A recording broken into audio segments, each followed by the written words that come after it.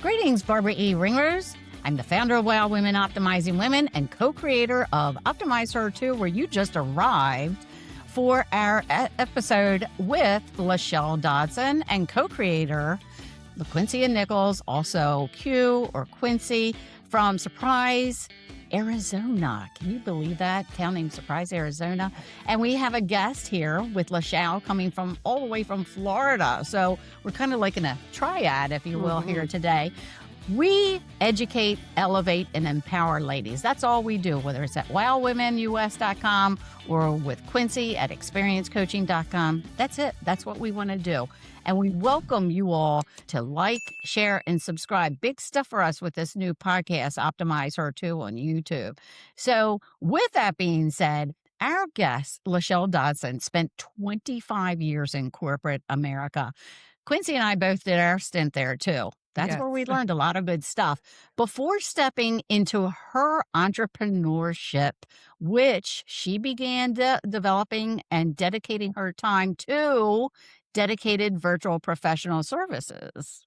So, but what makes her work so powerful is not just the strategy. There's a lot more to it than that. It's the actual implementation. She helps overwhelmed business owners move beyond those beautiful plans and actually build systems, teams, and processes that gives their lives back. That's really important when you're a small business person. And even if you're in a large business, it still applies. She's also a wife, as most of us are multiple faceted, a baseball mom, 2 competitive athletes. That's interesting, isn't it?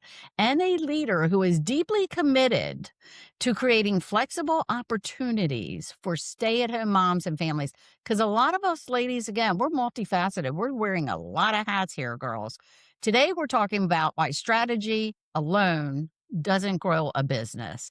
The hidden costs of staying overwhelmed. What can that do to you? I think some of us already know. And how women can build businesses that support their lives instead of consuming them. LaShall, welcome to Optimize Her². But first, Quincy, I would like to introduce you from experiencecoaching.com. Amazing lady. Thank you for joining us, ladies. Oh, I'm so excited that we're back for another episode and we have an amazing guest in LaShall. I think that she's going to share some really great tips, techniques, and strategies to really help women or entrepreneurs alike be able to move from sort of vision, concept, this project, right, into where the sweet spot is all about implementation and execution. And we know for a lot of us, that's where I say lean into my business, right? When I think about conflict avoidance and the things that we won't do, but that's where you get to make the difference. So LaShall, I definitely, again, want to welcome you to this show. And I think my first question for you is, as Barb mentioned in your intro, you had a 25-year career in corporate America, and it is a huge leap of faith to step away from that. So I guess my first question, and then really help our audience understand you, what led you to make that transition and start dedicated virtual professional services? Yeah, great question. And thank you both so much for having me today. This is so exciting. We're happy to have Um, you. Thank you. So yes, so I was in corporate for 25 years, absolutely, and lived through a lot of mergers and acquisitions. And what happened one day was it was my turn, right? Right. A new leadership team came in, they keep their high-end leadership, and then they let you go. Um, the beautiful thing was I had been there for a really long time. I had done a wonderful job for them. They gave me a very nice severance package. So out of all the things, I mean, they really kept me whole for 13 months, which is unheard of. Mm-hmm. So I kind of reflected and I said, okay, now I've always wanted to own my own business. What do I want to do? Right? I've got this opportunity. Let's take it. Right? Let's look at this thing that I thought was very bad at the time because I lost a huge salary. I was director level. Right. And let's turn this into something positive. And I'd always wanted my own business. So I kind of looked, and this is what I was doing. I was director of operations, director of privacy and compliance. Let me kind of start with the operations side because I've done it for years. Um, so I really leaned into that, kind of jumped in, started the business there, and really it became apparent very quickly that people were getting strategy from everywhere. We get freebies, we get strategy, we get coaching, we get all of these things, but there's this huge missing gap of implementing. Mm-hmm. And I said, okay, enough's enough. I'm going all in. And this is what I want to do, and this is who I want to help. I love that. And I think because, so many of us, when you've had an extensive career, right? And I love that you say it was my turn, right? Because at a certain point, when you do reach a certain level in the company that you're with, it does become your turn. You're waiting on the call. You know Yep. what's coming as you see leadership changes.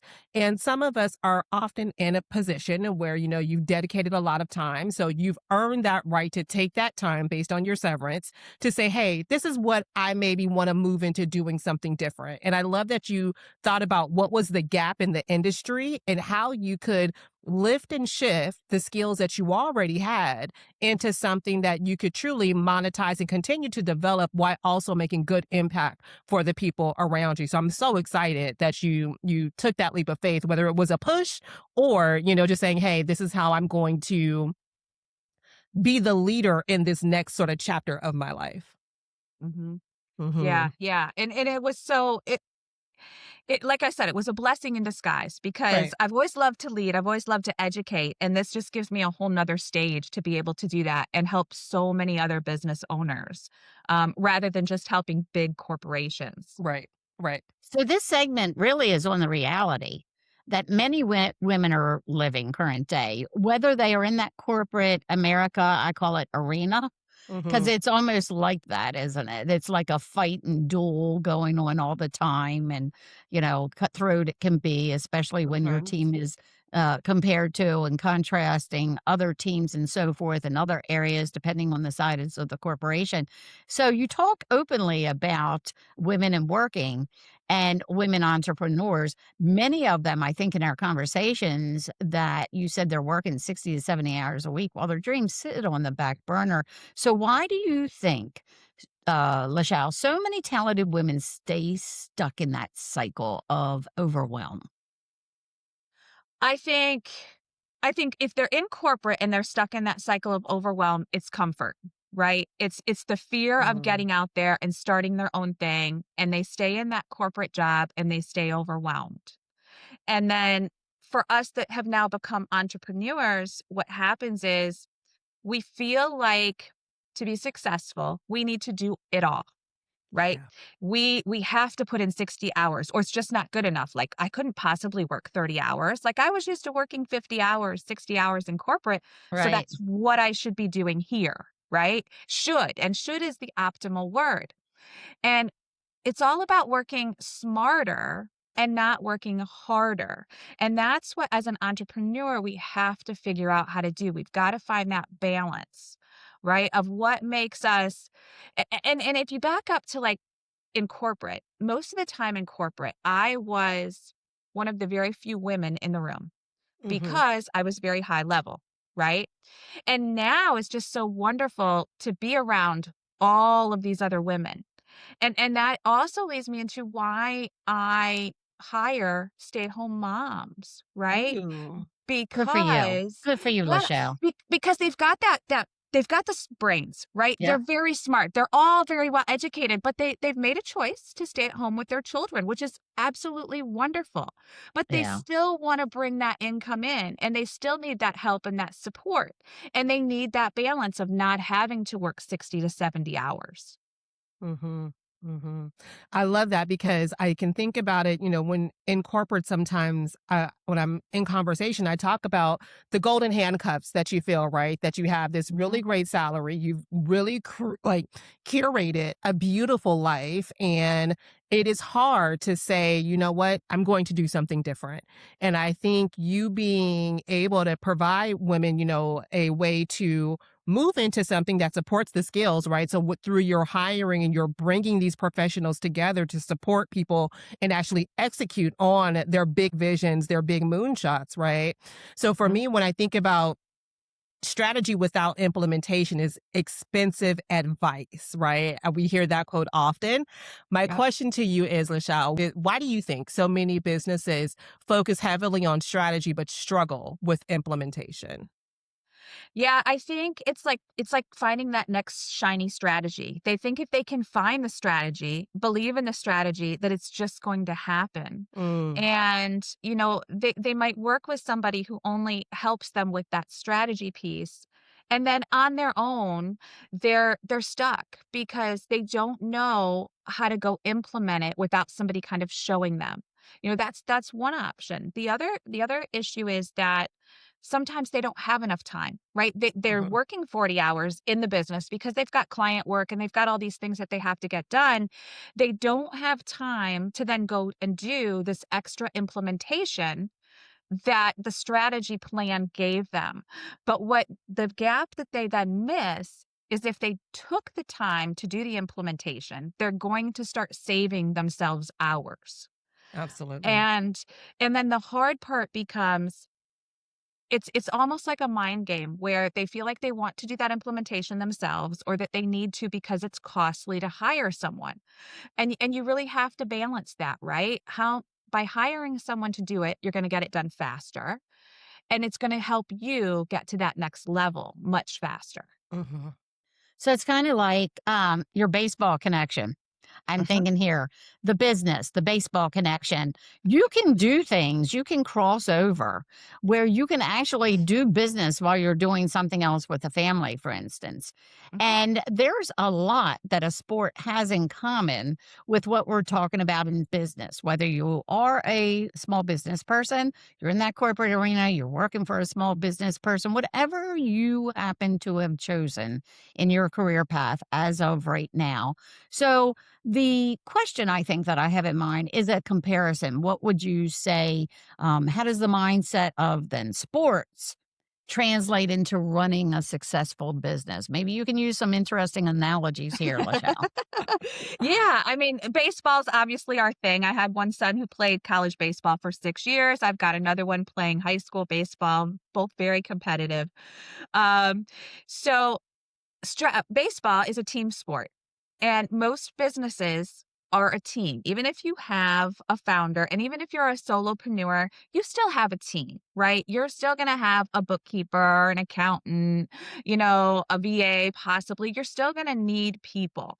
What they have in common is baseball is a very strategic game. You don't just go up to bat without a plan, right? Mhm. Are you bunting? Are you hitting away? Do we have base runners on? Do I need to hit to the right side, the left side? All of these things.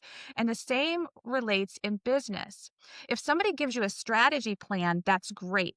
But that strategy plan doesn't fit every business's needs. That strategy plan needs to be unique to you because do you have runners on base in your business, right? So what level are you at? Are you making $5,000 a month? Are you making $10,000, 20,000? Those strategies are totally different based on where you're at. And that's where baseball comes into play as well. There's a lot of me in baseball. So only one person goes up to bat, right? Just like in your business, you're the CEO of the business. But when you take the field, you're taking the field as a team. Mhm. And you need that team to be successful because one person alone will never win a baseball game. And just like in business, doing it alone is a struggle, to win and move to that next level. Yeah, I think what's interesting about the analogy as well is when I think about a lot of women in business, and sometimes as we move over, sometimes it can feel very scary bringing on people to help you, right? Because maybe you're not seeing the consistent recurring income, right? And you're not sure if you can take on that expense. But even for me here recently, I had to learn that sometimes you just have to take that leap of faith and open yourself up, right, to the more opportunities that you can now take on because you're not so focused on trying to handle every singular part of your business independently on your own as though it's some sort of badge of honor, right? Well, I Right. did this and I did this and I did this. Okay, that's great. It sounds like you are a taskmaster, but what is really helping you move your business forward? Or are you just busy doing the things that make you feel good because you're checking off that, sort of to-do list, so to say? Yeah, and I think that's 100% every business owner feels that way. So I think you really hit that on the head. And And what they need to look at is, like, I'm not saying go out and hire 5 people. You Sure. have to be very strategic in who you hire and how you hire, right? You have to look at your numbers. You want to make a list of these are all the things that I should give to someone else. Like, I have my clients create lists of what can only you do, Hmm. what should you not be doing, right, that we should be Smart. delegating. And Yeah. then there are, what things do you need to be in the know with, but you don't necessarily need to be doing them, but they're things that you like to do, right? Right. So we make that list and we kind of analyze it. And then we're like, okay, all of these things here you should not be doing, right? These are not CEO level or client deliverables that you need to provide. And these can go to someone else. Now, if we free up X number of hours, what could you be doing to then take your business to that next level? So we always analyze that way.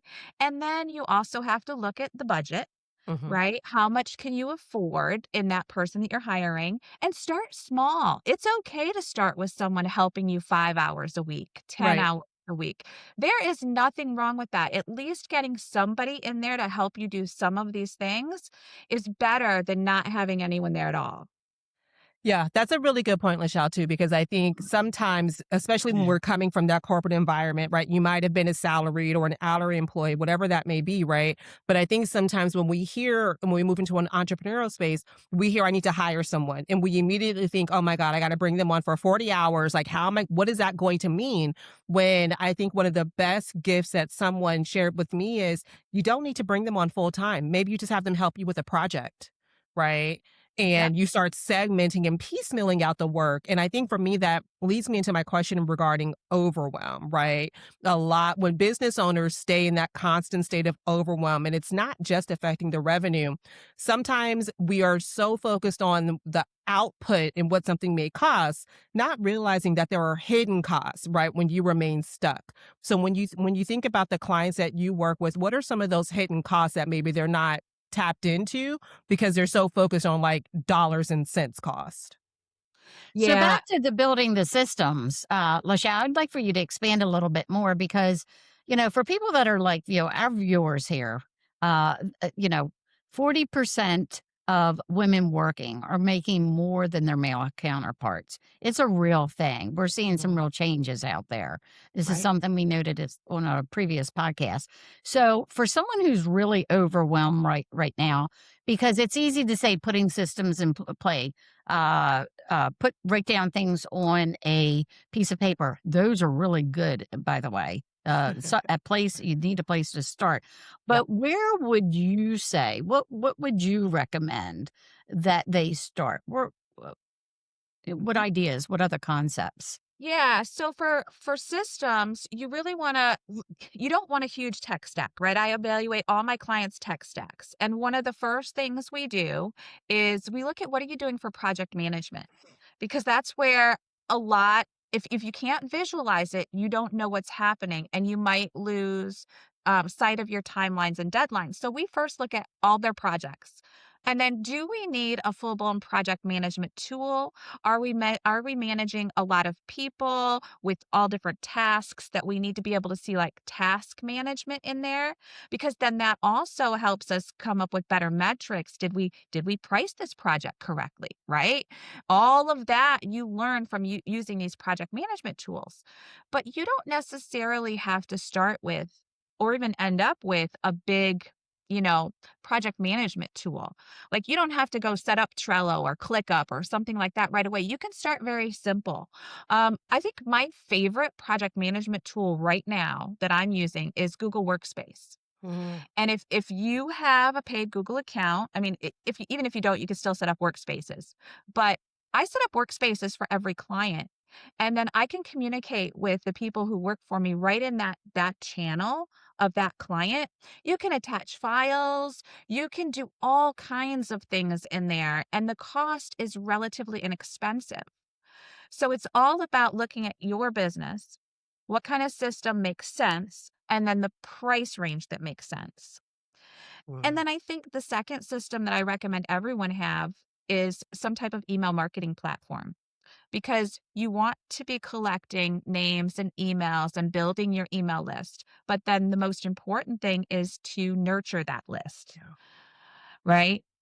And that needs to Mhm. be consistent, by the way. Correct. Yeah. And Correct. that's what I spoke about with one of our WOW partners this morning, was that consistency is the key.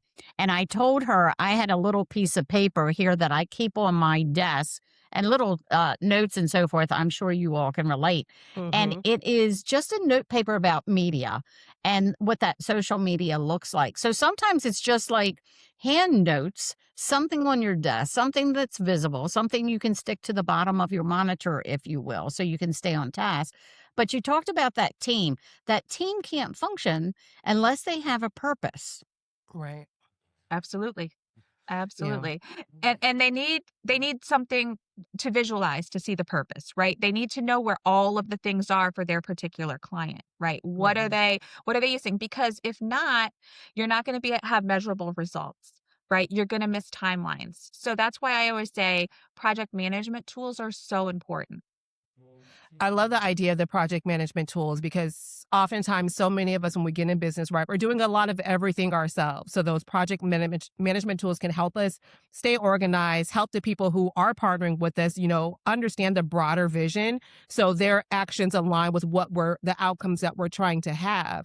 But in that, what I know sometimes is that, it can be hard when women are either comparing their day one to someone's day 1000, right? We may need very different tools and support systems. So when you think about the clients and the people that you get to work with, talk to us a little bit about the mindset shift that needs to happen to go from doing everything to truly leading their business. Yeah, that's a huge piece because it really is a struggle. And that's why I have most of my clients start with implementation. Like, yes, we'll come in and we'll start doing all of the things that you need us to do. But we're first going to talk about strategy, right? Mhm. What does our goal look like? Let's create a roadmap of all the things that we need to do. And part of this is because you need them to visualize and you need them to buy in and you need them to understand. Yeah. So we'll lay out as in a strategic roadmap all of the things we need to build out, whether that's a CRM, a project management tool, email marketing, processes, procedures, all the things, right? And then we start putting dates next to them. We start Good point. making notes of what needs to be transitioned off. Now they're buying in little by little every step. Right. And then I'm in the background having conversations where when we get this set up, look at how much time it'll save you. So it's really baby steps, I call it, because it's a 360, right? It's a whole shift in your Yeah. mindset. And some people take a long time, and that's why I don't push anybody into like a paid platform. Let's start with something free. If you're a small business, you're able to manage something free, then let's do that for now. You don't need to go pay for an expensive project management tool unless you need it. Mhm. Good point about the Google too, because I call them Skittles. I adopted that from somebody I used to work with on my mortgage team. If you look at Google, there's a bunch of Skittles there. There's Mhm. different things that you can use. The Google Calendar, for instance, Google Docs, which is what we use for Quincy, myself, and Trisha when we're sharing information from our podcast. So finding the right team, then what you're saying, LaShall, is sometimes it's using some free stuff, and sometimes it's incorporating some other things so you have a bit of crossover, not comparing yourself from me, new business, to somebody who's been in business 10 years and has a really well machine. That's not the right thing to do. Just, you know, Yeah. take a few breaths, Hmm. fo- focus on what it is you're doing, put those implemented plans in place because it's systematic in the way that you handle them. Being consistent, we know, is key.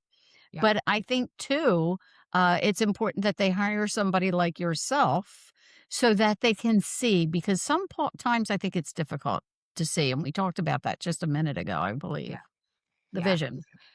It's very difficult for them. And one thing I like to give them right away in that very first month of working together is the permission to stop chasing the next shiny strategy, right? Love it. We're Love going it. to we're going to create a strategy for your business. at the place that you are in right now with the level up that you want to do. We're not going to look at this business over here that's making $300,000. We're not going to look at this one over here who's making $500 a month. We are only looking at your business. And once we put this plan together, you don't need to chase any other shiny strategies. We're not going to pivot. We're not going to do this. We're not going to do that. We're going to take this plan and now we're going to implement this. So I think by doing that, it helps them like almost relax and be like, okay, this is what I need. I don't need to keep looking at 10 o'clock at night, scrolling through social media, looking at what's going to get me the next dollar, right? I think it takes that away because then they've bought in, they have confidence. They know that we're there beside them to help them. I love that, LaShall, because I've oftentimes in the groups that I run with the women who usually attend my conflict clarity lab, I'm often telling them, listen, you probably don't need another workshop, webinar. You don't need another 3-day event. You don't need this thing, right? Because you have to also understand that some people's business is having you attend these events, right? Yes. And keeping you distracted from moving into an implementation and execution sort of mindset, right? Because they want you to stay sort of sticky with them, which is great for some people and provides them the community that they're looking for. But I often say with a group of gals who I'm in an accountability group with is, listen, at a certain point, we have to exit the matrix, right? And go actually action these tips, tools, and tricks and techniques that we're learning, and then do them over a course of time to even be able to do sort of a postmortem or a look back to say, did this work or did this not work? Just giving something, 15 hours or 15 days is not enough time to say, did this actually work for you? Right. And I think the problem a lot of people have with that, because you're so right. And I think the problem is some people, and I was one of those some people, we sure, me can't too. say no. We can't say no, right? We Yes. say yes to everything. Like I've Right. got people all day long, come to my summit, come to my conference, watch my masterclass, watch my webinar. And I caught myself, I was spending 5 hours a week going to everybody's thing. And then Right. I'm spending another 10 hours a week networking. And Yeah. I'm like, okay, that's 15 hours of my week gone. Right. Right? I know what my strategy is. I know what I need to do. Yes, I need to network because that's important to move that needle forward, but I need to cut it back. I can't be doing it for 10 hours a week. Absolutely. And being able to know that and adjust and do that and not chase that next shiny strategy and be able to tell people, thank you, but I can't. Right. Give yourself the really hard. grace. Give Yes. yourself the grace. Understand you can't be everybody's everything. You Yeah. can't. So for final advice for, ladies out there that you're listening to what we're talking about, LaShall brings a lot of really good points. Of course, all three of us have a lot of experience, both on a personal level and a professional level. And I think it's important to listen to people who have been there, done that. And I use that a lot when I speak to the ladies of WOW. So with women who are feeling overwhelmed, stuck, or unsure of where to begin, out of everything that we've discussed here today, can you give at least a few, and I normally like 3 points for them to remember today, LaShall? Yep. I think the biggest thing is to remember that you don't have to figure it out alone. I think that is the biggest thing, right?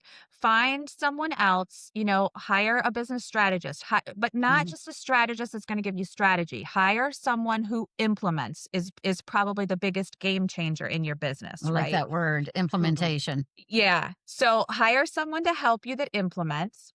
The second thing is give yourself some grace. Don't try to do everything all at once. And then the third thing is start small. Implement a project management tool or implement one thing that is on your list that you need to get done. And don't be afraid to ask for help. Yeah. Yeah. And I think, as sometimes women as business owners, that can be our biggest challenges is just raising our hand and being honest about where we are in our business and where we may have gaps or blind spots where we need someone to say, hey, I can guide you through this, right? I may not be able to provide you, a total overhaul, but there are different sort of areas of focus to where you can have people who can support your broader vision. I love Right. what you're doing, and I love the focus on implementation. To me, that was something that was always the differentiator between a good and a great colleague or employee, even business partner, right? Right. So I think you're probably hit a lot of nuggets that our listeners are really going to be curious about learning more about you. So where can they get in contact with dedicated virtual professional services?